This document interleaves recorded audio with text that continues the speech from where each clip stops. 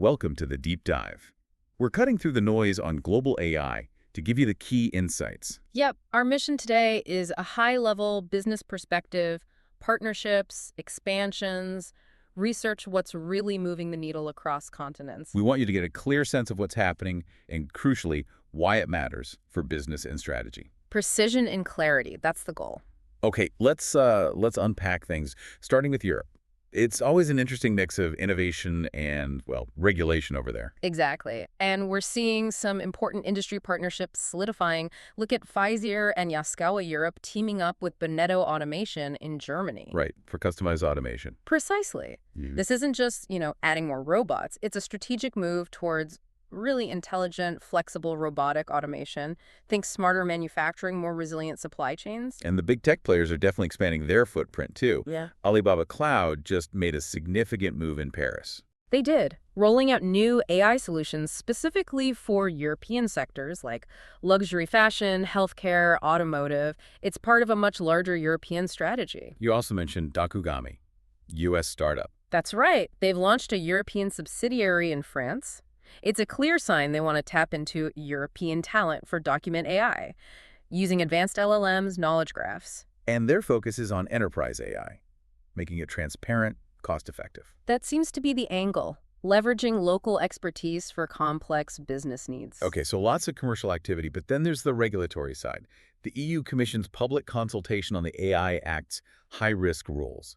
This feels big. Oh, it's huge. We're talking about rules for AI in critical areas, infrastructure, medical devices, maybe even hiring. They're aiming for safety, transparency. What kind of ripple effect could this have globally? Massive. It sets a really high bar, It's likely to influence AI governance worldwide, pushing businesses everywhere towards more ethical development. It puts that front and center. Okay, so Europe's balancing growth and governance. Let's shift focus. What about Asia? We're hearing about ambitious national strategies. Absolutely. Asia is really driving hard. Take Hangzhou in China. They've unveiled this 2025 AI Innovation Center plan. Aiming to double computing capacity. To 50 EFLOP PS, yeah.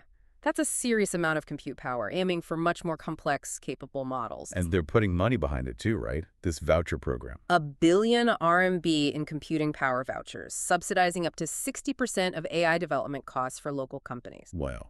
What's the strategic goal there beyond just raw power? Is it about self-sufficiency? It's very much about fostering world-class foundation models locally, driving innovation, ensuring they lead in core AI tech. We're also seeing market entries like Abnormal AI launching its email security in Japan. And Inbull, too, with their 3D vision for robotics. Correct. Setting up a team in Tokyo, targeting automotive and consumer electronics. Japan's a key market. Then there's Korea. The science minister nominee wants Korea in the top 3 global AI powers. That sounds ambitious. It is ambitious, but they're backing it up, talking about enhancing computing infrastructure, data support. They already have models like LG's Exxon 3.5 gaining recognition. So it's a clear national strategy. Very clear. Significant government investment, creating an ecosystem for these advanced models to compete globally. Okay, let's pivot again. The Americas. Legal rulings and just, well, massive infrastructure. Definitely. That U.S. federal judge's ruling on Anthropic using copyrighted books, that's significant. The fair use ruling for Claude. Yes, but with a condition if it's aimed at substantive leaps to create original works, it offers some legal precedent for AI training. Substantive leaps. Does that actually provide clarity or just shift the argument to defining what that means? It certainly opens up that debate. It acknowledges the transformative potential of AI, even if the acquisition methods might still face trial. But look at the infrastructure side. Amazon in Indiana. Building one of its biggest data center complexes ever, right? For Anthropic. Dedicated to that partnership, yes. And consuming potentially 2.2 gigawatts of power. 2.2 gigawatts. Yeah. That's an incredible amount of energy. What does that tell us? It just underscores the enormous, almost staggering computational power needed for cutting-edge AI. It pushes data center design and raises huge questions about sustainable energy, obviously. And there's also a push for responsible AI development alongside this scale. Yes, like the University of Delaware launching its first state AI institute.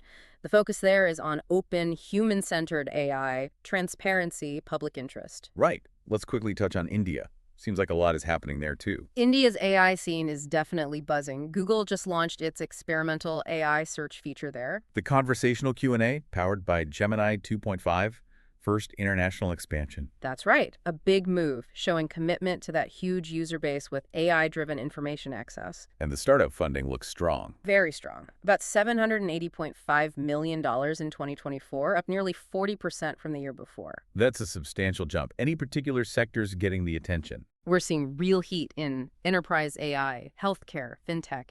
It points to a thriving ecosystem and strong investor confidence in Indian AI innovation.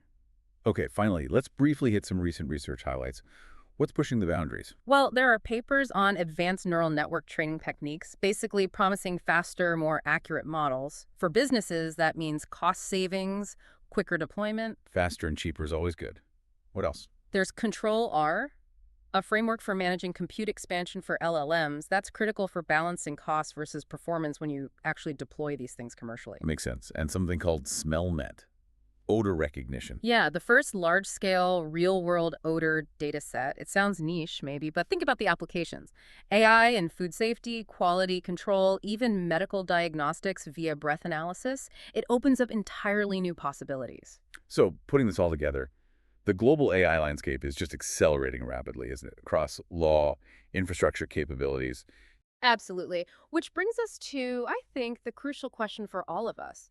As AI weaves itself deeper into everything we do, how do we make sure access is equitable? How do we ensure development is responsible, balancing this incredible pace of progress with, the ethical considerations globally?